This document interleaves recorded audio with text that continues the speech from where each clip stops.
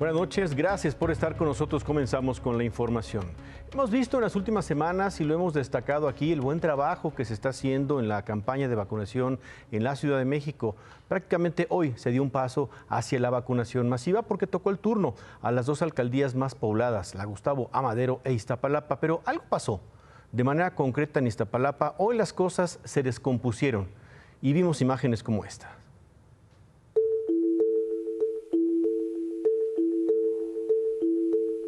No tiene ninguna organización, no quieren aglomeraciones y vean todo este desastre. Dice, no vengan a hacer multitudes.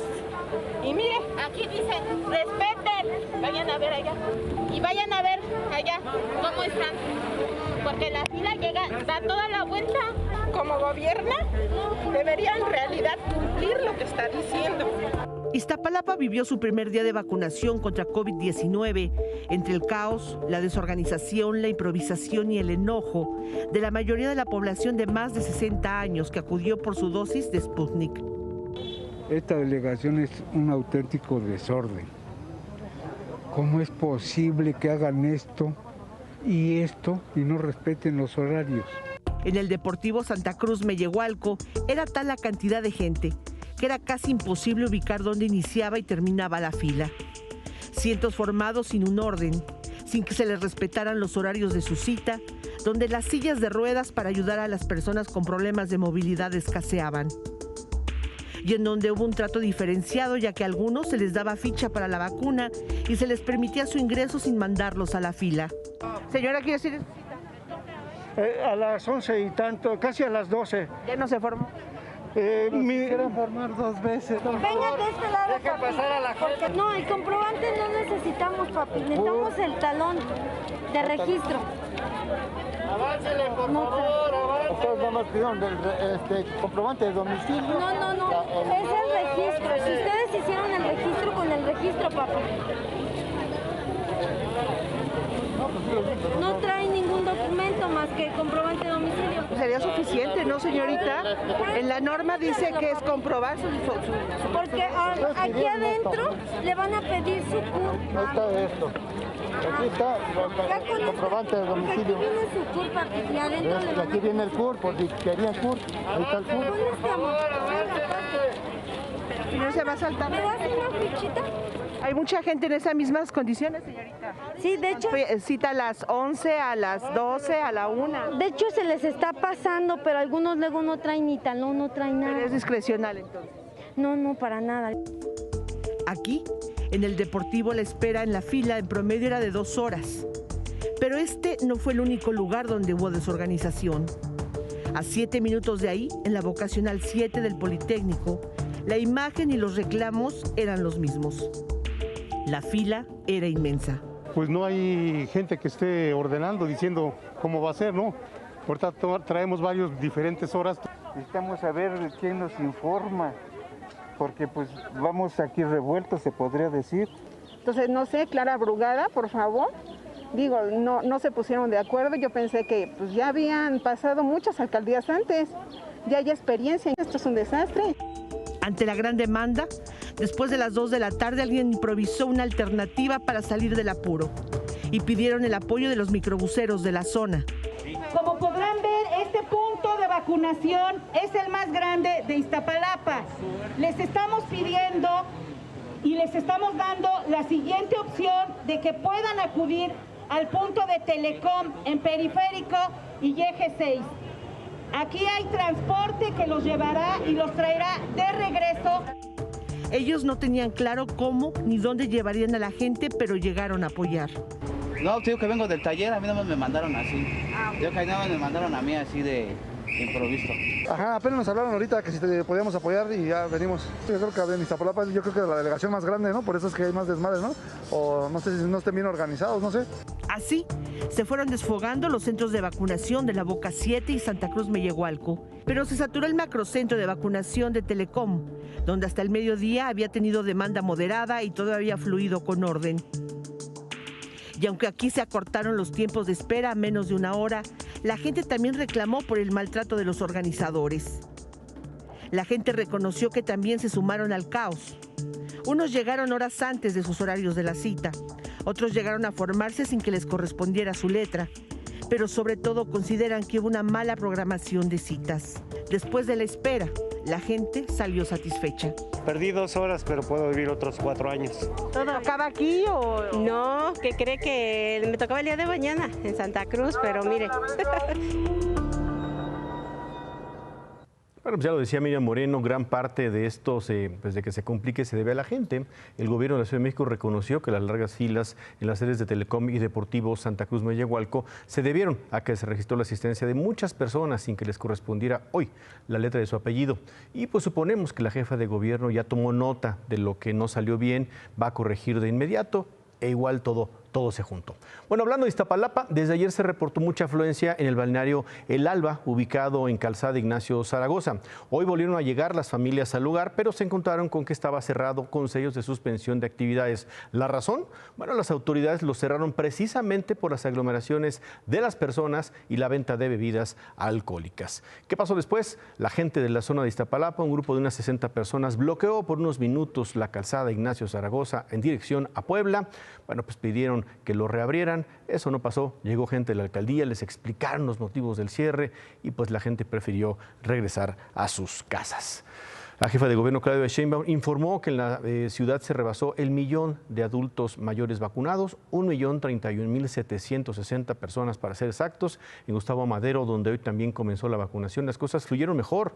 En algunos puntos se vieron filas de espera pues de 2 horas, pero sobre todo en la madrugada ya después los accesos mejoraron, no hubo contratiempos. La Ciudad de México va a permanecer en semáforo naranja la próxima semana, una más. Pues a partir del lunes se podrán reanudar los autoconciertos, durante los cuales pues debería evitarse el contacto entre personas de diferentes autos. Los asistentes van a tener que usar cubrebocas todo el tiempo mientras se encuentren fuera del vehículo. No hay mayores cambios. Y hablando de reaperturas, la lucha libre es uno de los espectáculos que más se ha visto afectado con las restricciones por la pandemia de COVID. En la alcaldía de Xochimilco, un grupo de trabajadores, de luchadores de un nuevo proyecto para disfrutar de este show al aire libre, pues además vigilan que los vecinos y turistas usen el cubrebocas.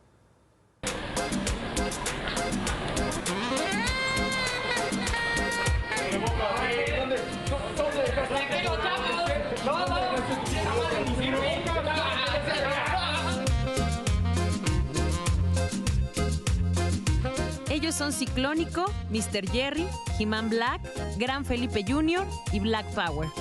Miembros de Chinampaluchas, una empresa de lucha libre creada en Xochimilco a raíz de la pandemia de COVID-19. Además de promover el deporte en su comunidad, iniciaron una campaña de concientización sobre el uso del cubrebocas. Y esta tarde visitaron el embarcadero de Caltongo, en el centro de su natal Xochimilco.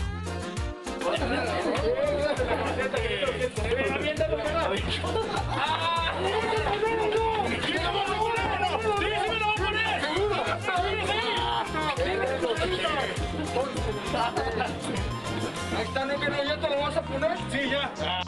Juan, ¿de dónde nos visitan? De Mexicali, Baja California. Es una campaña muy buena, muy realista y sobre todo muy mexicana, ¿no? ¿Sabes? Si no te pones el cubrebocas, aplicamos una llave.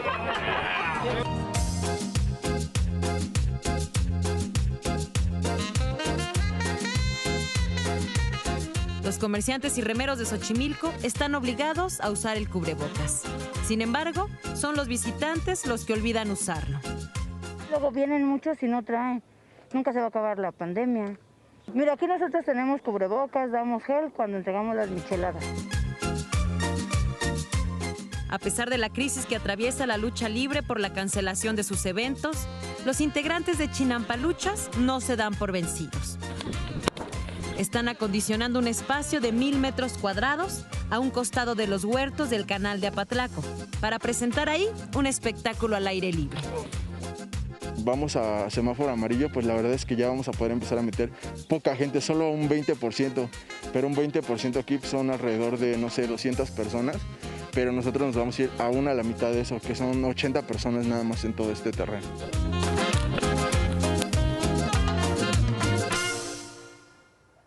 Bueno, pues como aún no se les permiten las funciones con público, los luchadores de Chinampaluchas presentarán el próximo 17 de abril un show vía streaming a través de su perfil de Facebook. Bueno, ¿cómo nos fue hoy en las cifras de personas fallecidas por coronavirus? Bajó considerablemente el número de personas fallecidas en las últimas 24 horas. Ahí vemos la gráfica, se registraron 190 fallecimientos, con lo que suman 203.854 en las cifras reconocidas por la Secretaría de Salud. Como lo hacemos cada noche, a esta cifra le sumamos los 33.000 muertos que el INEGI reportó desde el 27 de enero y que la Secretaría de Salud pues, no suma sus cifras. Y bueno, con estos dos datos, el día de hoy han fallecido con cifras oficiales de INEGI y de Secretaría de Salud 237.495 personas. Kimberly, buenas noches, ¿cómo estás? Buenas noches, Manuel. Bien, gracias. Ya, viernes por fin. Por fin. Por fin.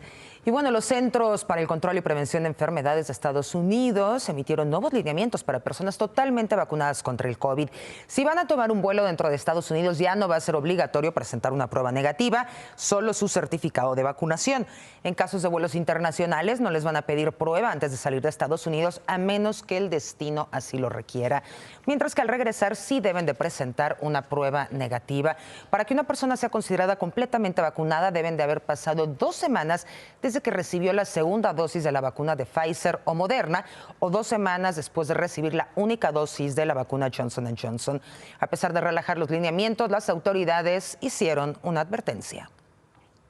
And while we believe that fully vaccinated people can travel at low risk to themselves, CDC is not recommending travel at this time due to the rising number of cases. With so many people still unvaccinated, it is important that everyone, regardless of vaccination status, continue to take prevention measures in public and adhere to our guidance on ways to reduce the spread of COVID-19.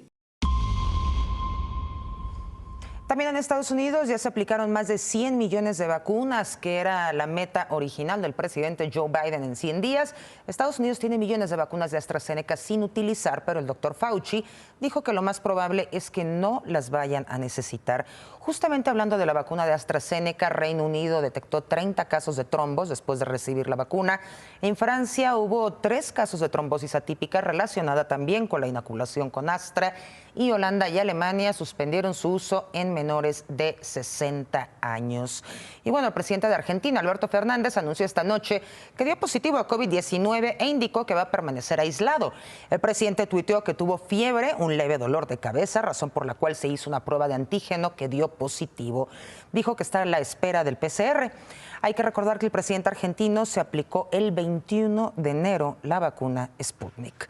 Justamente vamos a ver la situación del coronavirus en el mundo. Hasta el momento hay 2.836.000 personas fallecidas. Estados Unidos alcanzó 553.000 muertes, Brasil 328.000 y México, como vimos hace un momento, alcanzó 203.854. Si sumamos las 30.000 muertes del INEGI que reportó enero y que hacemos todas las noches, la suma de muertes en México es de 237.495. En las últimas 24 horas murieron 10.556 personas. Otro mal día para Brasil, tuvo 2.922 muertes.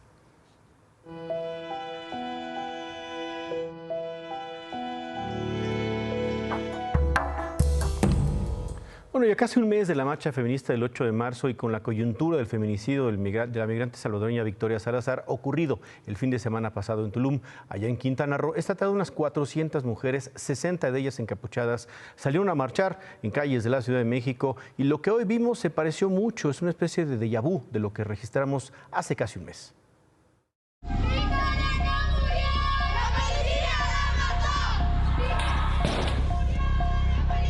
Avanzaron rápido desde el Monumento a la Revolución hacia la Colonia Roma, a la Casa de Representación del Gobierno de Quintana Roo.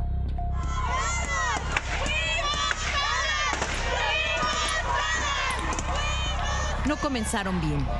Se registraron riñas como esta, en la que un transeúnte agredió a una manifestante que le pidió que se retirara.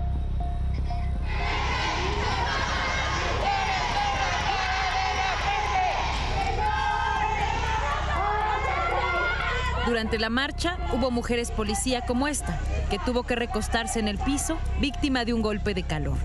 Sus compañeras la auxiliaron. A 3 de ellas las tuvieron que llevar al hospital.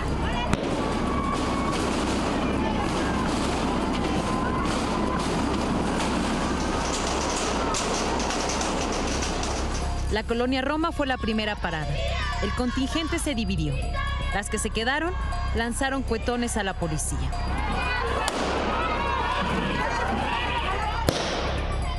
Uno de esos cuetones lastimó a una mujer, personal de la CNDH. Fue la primera llamada.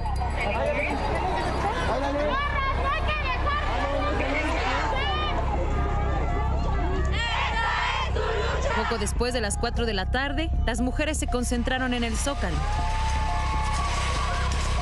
Llegó la segunda llamada.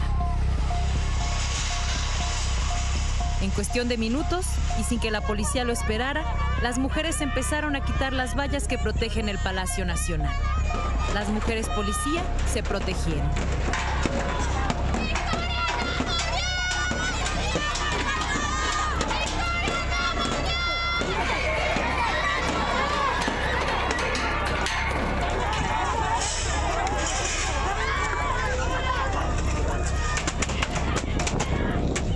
Incluso una activista feminista pidió a las manifestantes que dejaran de golpear a las mujeres policía. La respuesta fue acusarla de infiltrada y sacarla a empujones.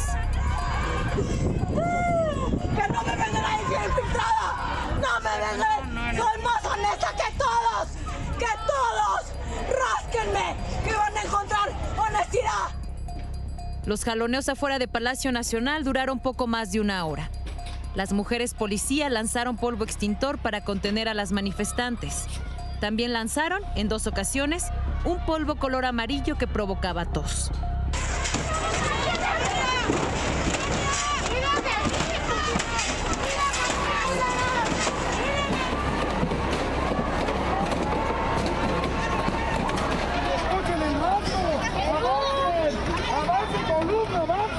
Al notar que la policía podría encapsularlas, las mujeres se retiraron y comenzaron a avanzar hacia la plancha del Zócalo.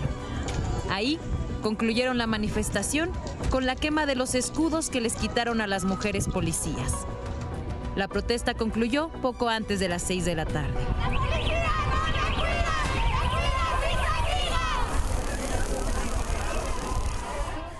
Bueno, el saldo de la marcha, 30 mujeres policías, 2 civiles lesionadas, pero ninguna de gravedad. En una evaluación que hizo esta tarde en radio, Miguel Barrera, director de la Brigada Marabunta, destacó la aplicación de los protocolos que mejoraron respecto a la del 8 de marzo. Dijo que sí hubo coordinación entre la jefa de las policías ateneas de la Ciudad de México y las mujeres que se manifestaron, que no hubo presencia de hombres por parte de la policía y que en los empujones a los pies de Palacio Nacional, la policía no regresó objetos a los manifestantes o a las manifestantes que estaban, pues habían lanzado primero objetos a las policías.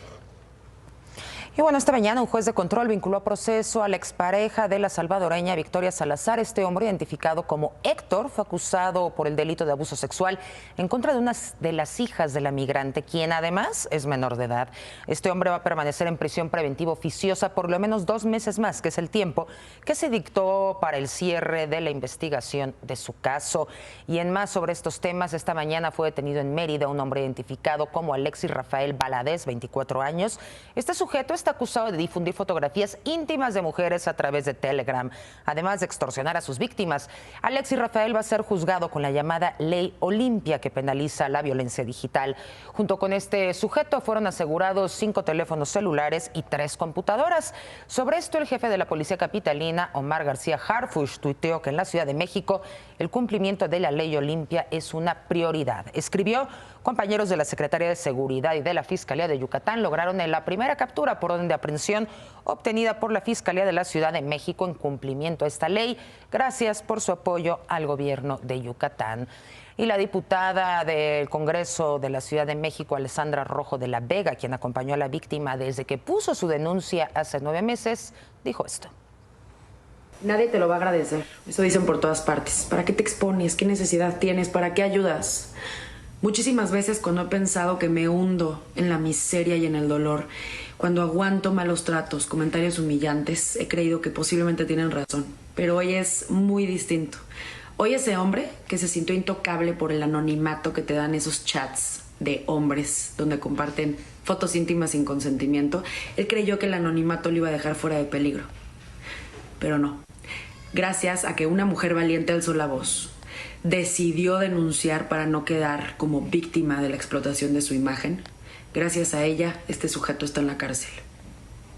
Todo ese dolor, todo ese sacrificio, todo ese esfuerzo, todo lo que nos hizo tanto daño, hoy tiene resultados. Un buen día y un paso en contra de la violencia digital. En otras cosas, hoy como todos los viernes, los ciclistas se manifestaron en el llamado Viernes de Furia. La protesta fue en honor de Gerardo Durán, repartidor de Uber, quien falleció arrollado por un conductor en estado de ebriedad. La protesta comenzó en Avenida Insurgentes y Álvaro Obregón. De ahí se fueron a la zona de San Juan de Aragón, donde falleció el repartidor.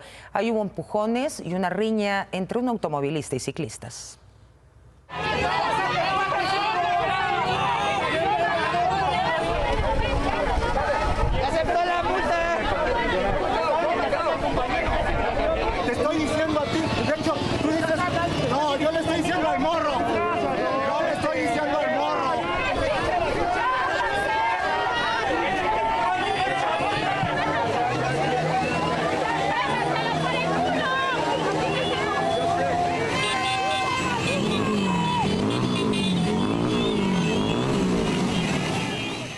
Bueno, por la mañana conversamos con el doctor Miguel Luna Calvo, padre de Leonardo, el niño de 13 años que murió el sábado pasado ahogado tras ser succionado por una atracción del Parque Censes en el centro turístico Xcaret.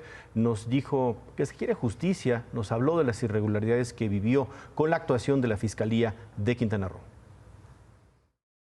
Casi obligué a la Fiscalía para que llamaran a los peritos para que hicieran el levantamiento, ya que percaté de que mi hijo ya se llevaba CEMEFO, entonces fui a la Fiscalía. Lloró ante esta vicefiscal. ¿Y qué hizo esta señora? Me dijo, haga algo rápido, pero sí, me dice, debe que firmar el perdón al parque porque así yo tengo la indicación. Si no, no entrego a su hijo. Digo, bueno, hago lo que quiera, pero entrégueme a mi hijito. El doctor Miguel Luna también nos habló de las complicaciones que vivió para finalmente llevarse el cuerpo de su hijo a Durango. Por cierto, el gobierno de ese estado de Durango ha informado que ya trabaja en un equipo legal o con un equipo legal para apoyar al doctor Luna y que se van a revisar las presiones que recibió para otorgar el perdón al parque a cambio de que le entregaran el cuerpo de su hijo.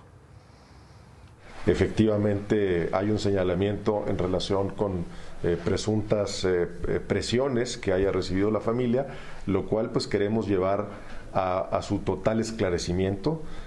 Ahí la indicación del señor gobernador es que hagamos inmediatamente contacto con las autoridades de aquel estado, no con otro propósito, sino con el de saber efectivamente qué pasó y que si hay alguna irregularidad, pues inmediatamente sepamos en qué consistió y se deslinden las responsabilidades correspondientes. Y bueno, pues es viernes nada más, sacando cuentas. Leonardo muere el sábado en el municipio de Solidaridad en Quintana Roo y a Victoria la matan el sábado en Tulum, en Quintana Roo. Ahí están las dos historias de las que en general los medios de comunicación nos hemos ocupado durante esta semana.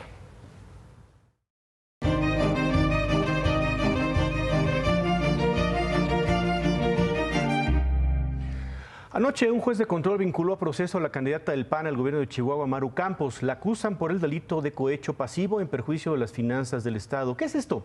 Pues que el gobierno de Chihuahua, también panista, la acusa de supuestamente recibir dinero de forma irregular del exgobernador César Duarte, hoy preso en el estado de Florida, en los Estados Unidos. Maru Campos va a combatir esta acusación en libertad. Sus derechos políticos para votar y ser votada están intactos y comenzará campaña este domingo. Maru Campos dijo esto después de la decisión del juez. Por eso quiero dejarles muy claro que esta vinculación no es una sentencia y por eso no afecta mis derechos políticos de votar y ser votada, por lo que entraremos con mucha confianza y fuerza a la campaña electoral. No merecemos un gobierno que colocó su éxito en la persecución de una servidora. Yo no me rindo, no me doblego y yo voy para adelante junto con cada uno de los chihuahuenses.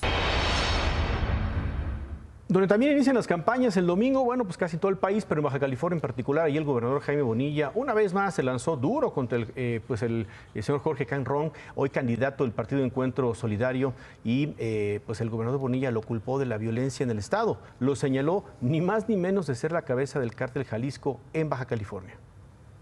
Ese tamaño es la calaña de Jorge Hank, el criminal más grande que hemos tenido en Baja California. Una persona que ha robado todo al pueblo, desde su padre hasta él. El generador de violencia más grande que ha tenido el Estado se llama Jorge Hank Ron. Mira, el día que Jorge Hank se vaya de Baja California, se acaba la violencia en un 80%, porque llegó la violencia con él. Pues así mero lo dijo. Hay que recordar que el gobernador Jaime Bonilla estuvo el 23 de marzo en Palacio Nacional para firmar el Acuerdo Nacional por la Democracia. Ese acuerdo que se firmó supuestamente para que ningún gobernador ni funcionario público se meta en el proceso electoral. En una de esas, el señor Bonilla entendió que ese acuerdo político es vigente a partir del 4 de abril porque aseguró que a partir del domingo en sus conferencias solo se va a tratar el tema de la salud. Y bueno, la consultora Etelect nos permite adelantarle su tercer informe de violencia política en México 2021, que abarca desde el inicio del actual proceso electoral en septiembre hasta hace un par de días, 31 de marzo, y pues son datos preocupantes. Del 27 de septiembre del año pasado al 31 de marzo de este año, el indicador de violencia política en México de la consultora Etelect registró que 65 políticos han sido asesinados. Una tercera parte de estos asesinatos eran aspirantes a algún puesto de elección. Con estas cifras, 65 muertes hasta ahora, el actual proceso electoral sería el segundo más violento desde las elecciones del año 2000. ¿A quiénes están matando? Etelect reporta que 3 de cada 4 políticos asesinados en este periodo son de partidos opositores a los gobiernos estatales. Ellos son el principal blanco de atentados. Por ejemplo, tomando en cuenta la alianza opositora PAN, PRI, PRD, suman 32 víctimas. Prácticamente la mitad de los fallecidos militaba en alguno de estos partidos. En cambio, de los 3 partidos aliados al gobierno federal, Morena, Partido Verde, PT, suman 18 víctimas. Si son criminales, si son políticos o si son ambos. A quien sea. Así es a los opositores, ¿no? A quien se está apartando de la contienda a través de estos actos de violencia. Y ser opositor en este país representa un mayor riesgo, si se quiere, sobre todo, contender, ¿no? Por cargos de elección. Según Etelect, el mayor nivel de riesgo se concentra a nivel municipal. 82% de los 65 políticos asesinados eran personajes de este nivel de gobierno. Más allá de que sea una tragedia, porque lo es, son finalmente vidas humanas las que se están perdiendo, pues es un fracaso rotundo, ¿no?, de la estrategia de seguridad relacionada con la protección de políticos y candidatos que se anunció hace unas semanas.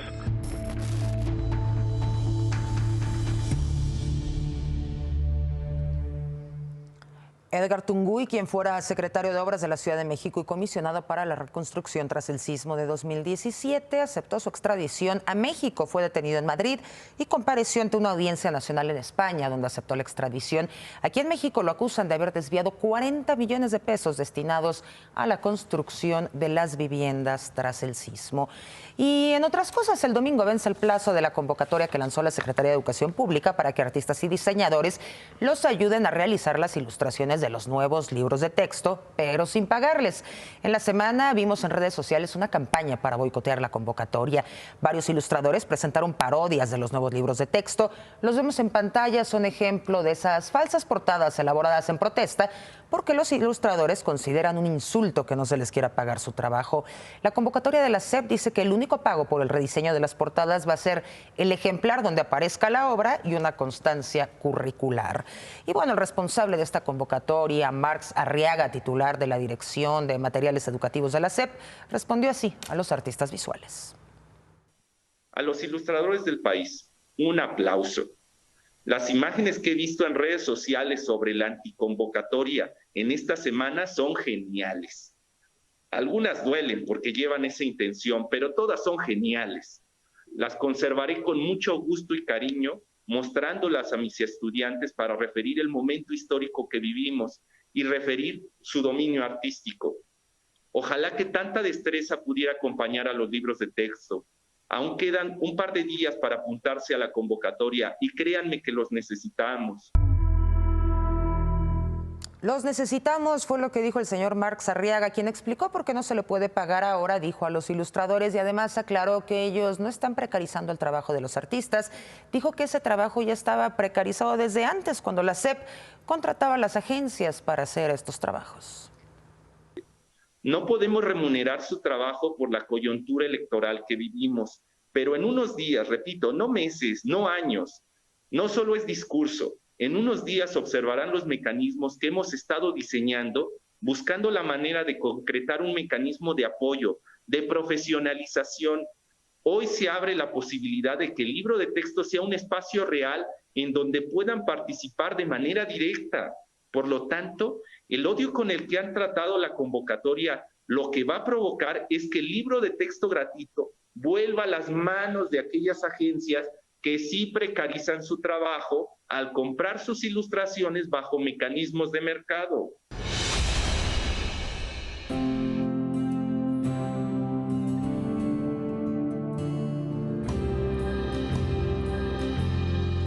Y en el Vaticano, el Papa Francisco presidió la ceremonia de la Pasión de Cristo en la Basílica de San Pedro y como todos los años se recostó en el suelo para orar en el altar de la confesión.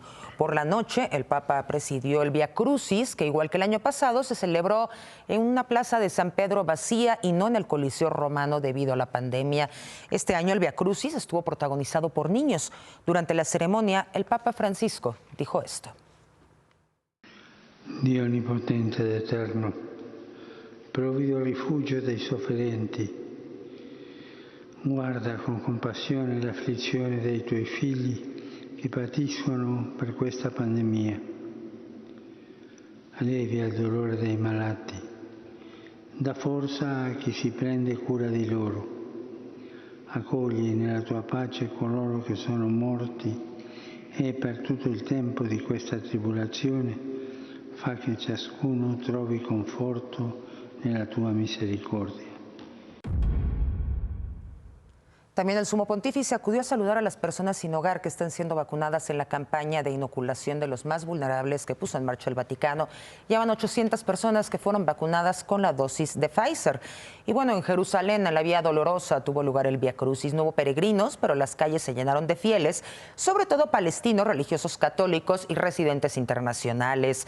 Todos siguieron los pasos de Jesús desde la Iglesia de la Flagelación hasta el Santo Sepulcro, donde tuvo lugar la crucifixión. Y bueno, aquí en México, en la alcaldía Iztapalapa, por segunda ocasión y debido a la pandemia, la Pasión de Cristo se realizó sin público. Los fieles pudieron seguir la transmisión por televisión y redes sociales. Mañana por la noche se va a realizar la Resurrección de Jesús. También va a ser un evento sin público a puerta cerrada.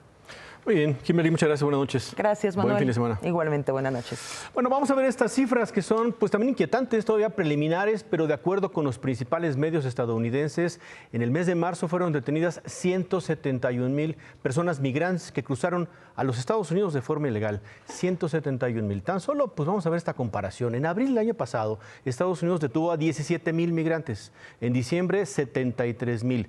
Subió para enero a 78,000 y ya en el último mes pues se disparó 171,000 migrantes detenidos. Estas cifras se van a confirmar la próxima semana e incluso podría subir esta cantidad. Sería el mes con más detenidos en los últimos 15 años, incluso más detenidos que en mayo del 2019. Pues fue la ocasión cuando Donald Trump amenazó a México con imponer aranceles si México no endurecía sus políticas para frenar la migración y los miles de soldados en el país, etcétera, que tanto presumió el señor Trump. Hoy, ese presidente o expresidente de los Estados Unidos ya no lo es. Joe Biden sí, pero dice que no hay una crisis migratoria. Montones de migrantes, cientos de miles de migrantes que han cruzado y detenidos de manera ilegal la frontera. En otras cosas, vamos a ver estas imágenes que se difundieron en redes sociales. Así estaba abarrotada ayer la autopista México-Cuernavaca. ¿Se acuerda que hemos hablado de la tercera ola? Bueno, pues ese es el camino, digamos que va a Acapulco, parado, lento, avanzar de coches. Anoche decíamos pues que Acapulco pues sería una de las playas más cercanas a la Ciudad de México, uno de los destinos predilectos para estas fechas, pues para allá fueron. Y como era de esperarse, este viernes aumentó la afluencia de turistas allá en el puerto, entre otros destinos de Guerrero. Acapulco tuvo una ocupación hotelera promedio del 45% y se disparó en la renta de condominios, principalmente en la zona Diamante, pues el promedio fue de 79%. En las playas, aunque pues es obligatorio el uso del cubrebocas, pues a algunas personas se les olvida ponérselo. En la playa de Coatzacoalcos, en Veracruz, conocimos a esta mujer, María del Carmen Tlapaltotoy, originaria de Puebla. Hace 2 meses tuvo coronavirus y así se le vio en la playa con su tanque de oxígeno. Lo utiliza por las secuelas que le dejó el virus. Es su primer viaje desde su contagio. Dijo sentirse mejor. Es el primer viaje que hace sin su esposo, quien no pudo ganarle la batalla al virus. Bueno, con esto hacemos una pausa, volvemos con la información deportiva, también con la advertencia que hizo hoy la jefa de gobierno Claudia Sheinbaum. El sistema Cutzamala tiene la menor cantidad de agua en los últimos 30 años. Volvemos con eso. La jefa de gobierno Claudia Sheinbaum alertó que se viene una temporada dura de escasez de agua en la ciudad debido a que en el 2020 hubo menos lluvias. Las presas que suministran una parte importante de agua al Valle de México se están vaciando. Por eso hizo este llamado. Es un llamado especial a que cuidemos el agua. Siempre hay que hacerlo, pero ahora más que nunca. No es tiempo de regar jardines, no es tiempo bajo ninguna circunstancia de utilizar agua de más. En esta época particularmente vamos a estar mucho más atentos para controlar las fugas en la Ciudad de México.